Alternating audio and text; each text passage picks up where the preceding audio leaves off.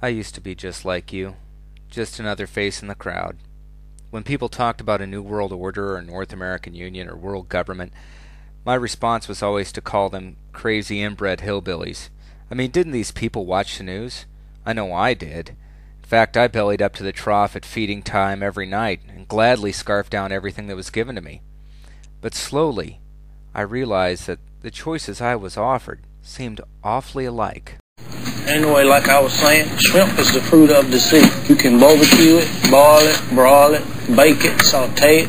There's shrimp kebabs, shrimp creole, shrimp gumbo, pan fried, deep fried, stir fried. There's pineapple shrimp, lemon shrimp, coconut shrimp, pepper shrimp, shrimp soup, shrimp stew, shrimp salad, shrimp and potatoes, shrimp burger, shrimp sandwich. That's about it. So you're probably asking, what woke me up? I mean, how did I go from laughing at people who believed in a new world order into joining them? Well, it all started when I decided to get my MBA, and I was introduced to the terminology of the new world order. Now, I know you might be asking, why is terminology important, and how can it be used to control the population? Well, according to Robert J. Lifton, in his book Thought Reform and the Psychology of Totalism, quote, "The language of the totalist environment is characterized by the thought-terminating cliché. The most far-reaching and complex of human problems are expressed into brief, highly reductive, definitive-sounding phrases, easily memorized and easily expressed.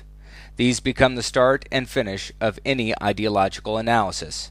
For an individual person, the effect of the language of ideological totalism can be summed up in one word: constriction.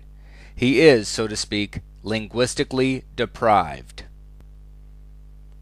And since language is so central to all human experience, his capacities for thinking and feeling are immensely narrowed.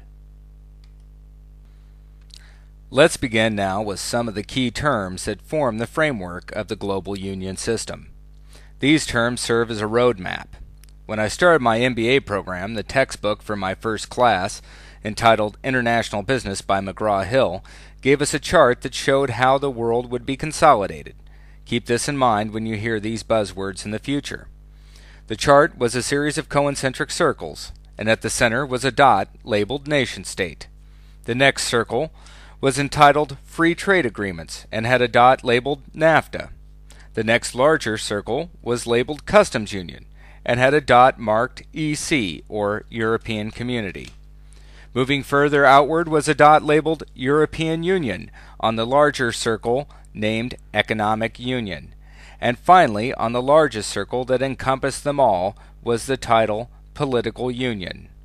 Last but not least was an arrow pointing outward from the nation-state at the center all the way to political union. Now that we've covered the key terms that form the framework for global government and regional government, we can move on to some of the supporting terms. Some of the supporting terms include harmonization, integration, community, and corridor. First, let's look at harmonization. Harmonization is initially used for trade and business law during the build-up to a customs union, but is later used to whitewash the curtailing of rights and liberties. Currently, the U.S., Canada, and Mexico are harmonizing our food, drug, and trade laws. Perhaps tomorrow we will harmonize our laws regarding freedom of speech and gun ownership. Next up is integration. Integration is an all-purpose term that can be used to whitewash any loss of rights or sovereignty. It's more closely tied to economics and a larger worldview, such as economic integration, that is, the merging of currencies, or global integration, which is the move towards global government. Next is community. Community is a transitional phrase. It's designed to move you from a customs union to an economic union.